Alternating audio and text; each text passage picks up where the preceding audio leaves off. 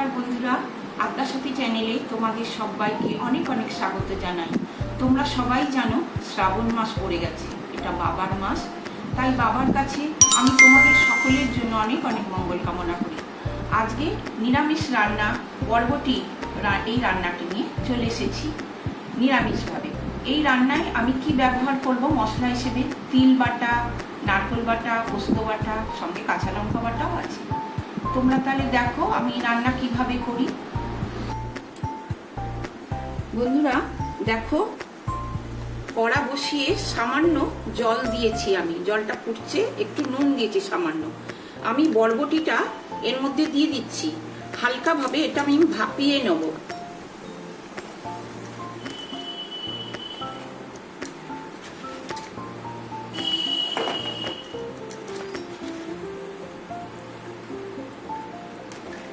পাঁচ মিনিটের মতন একটু বসিয়ে রাখবো, দিয়ে ভাপিয়ে জল ঝরিয়ে নেব বরবটিটা। এই রান্নাতে এই বরবটি কাঁচা অবস্থায় রান্না করলে বন্ধুরা ভালো লাগবে না অত, সেই জন্যে এই বরবটিকে সেদ্ধ না করে হালকা 5 মিনিট মতন ভাপিয়ে নেব, জল ঝরিয়ে নেব। তারপর তাহলে বরবটি রান্নাটা একটু ভালো হবে, স্বাদ আসবে। দেখো বন্ধুরা, এটা 5 মিনিট মতন ভাপিয়ে নিয়েছি বরবটিটা, দিয়ে আমি একটা ফুটো থালার মধ্যে জল ঝরাতে দিয়েছি। এবার রান্নায় আসছি। কড়া গরম হয়ে গেছে, সর্ষের তেল দিয়ে দিচ্ছি, দেখো পরিমাণ মতন। আজকে এই রান্না আমি সর্ষের তেলে করব। দেখো তেল গরম হয়ে গেছে, সামান্য কালো জিরে ফোড়ন দিয়ে দিলাম, দিয়ে বরবটিটা দিয়ে দিচ্ছি। দেখো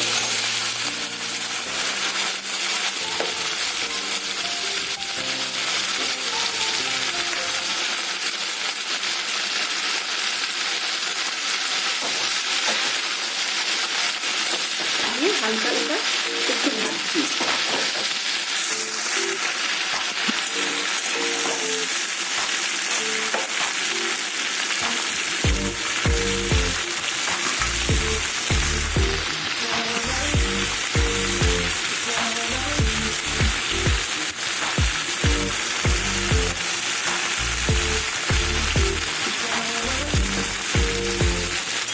বরবটিটা ভাজতে ভাজতে আমি এতে সামান্য একটু হলুদ দেব।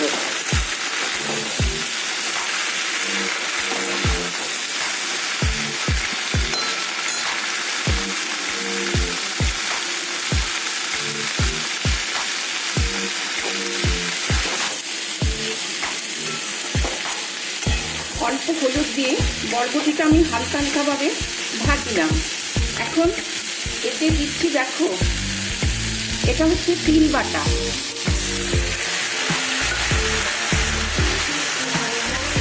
দিচ্ছি পোস্ত বাটা, আর দিচ্ছি কাঁচা লঙ্কা বাটা। এখানে যে জলটা আমি ব্যবহার করেছি উষ্ণ গরম জল, কিন্তু মশলাটার মধ্যে একটু দিয়ে তারপর এই বরবটিটার মধ্যে দিলাম কষবো বলে। একটু কষা হলে তারপরে আমি এতে নুন দেব।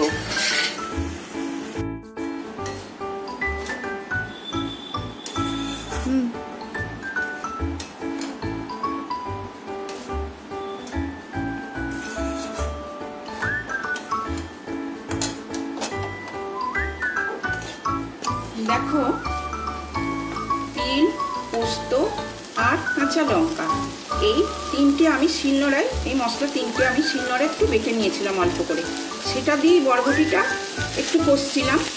তো কড়াটায় মশলাটা যখন দেখবে একটু লেগে লেগে আসছে, তার মানে কষা হয়ে গেছে। এখন আমি নুন দিয়ে দিচ্ছি, দেখো পরিমাণ মতো।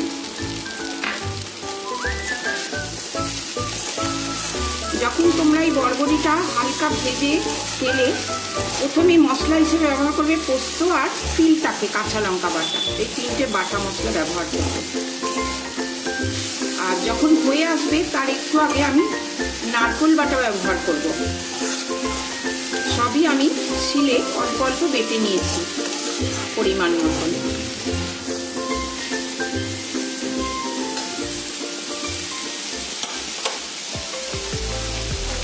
দেখো অল্প, এটা উষ্ণ গরম জল আমি রান্নায় ব্যবহার করছি আজকে। এটা অল্প জল আছে, জলটা দেখো অল্প জলই দিলাম, কারণ বরবটি আমার ভাপানো ছিল আগে। এবার একটু 5 মিনিট মতন বরবটিটা আবার একটু সেদ্ধ করতে হবে আর কি।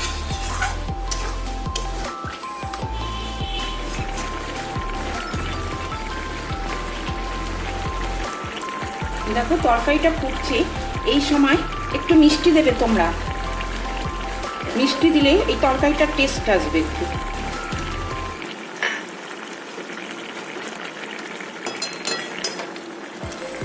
আবার একটু নাড়িয়ে দিলাম।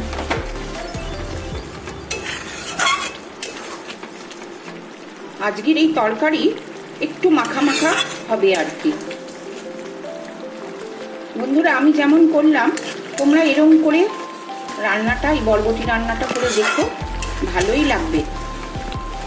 রান্না করে তারপর তোমরা সবাই খেয়ে আমায় কিন্তু জানাবে কেমন হচ্ছে আজকের এই রান্না, আমার কেমন হলো।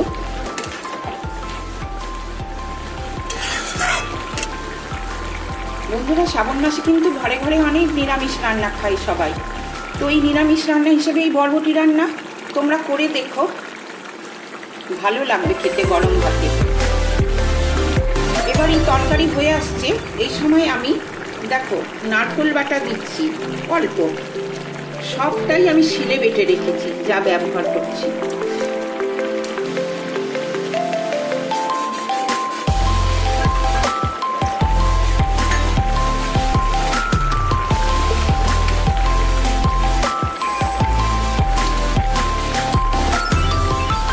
আর ব্যবহার করবে 1 চামচের মতো ঘি।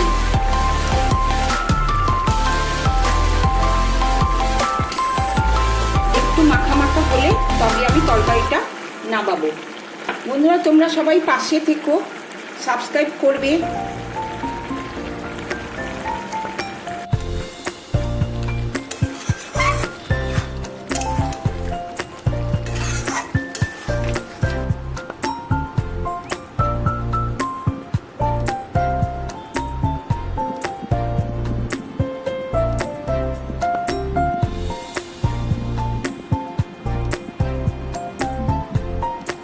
দেখো মাখো মাখো বরবটি রান্না রেডি।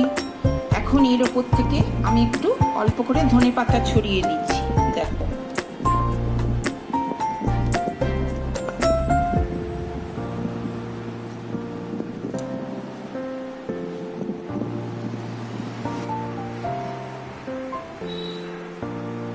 বরবটি রান্না তাহলে রেডি। আবারও অন্য সময় অন্য কোনো রান্না নিয়ে আমি তোমাদের কাছে চলে আসবো। তাহলে আজকের মতন টাটা।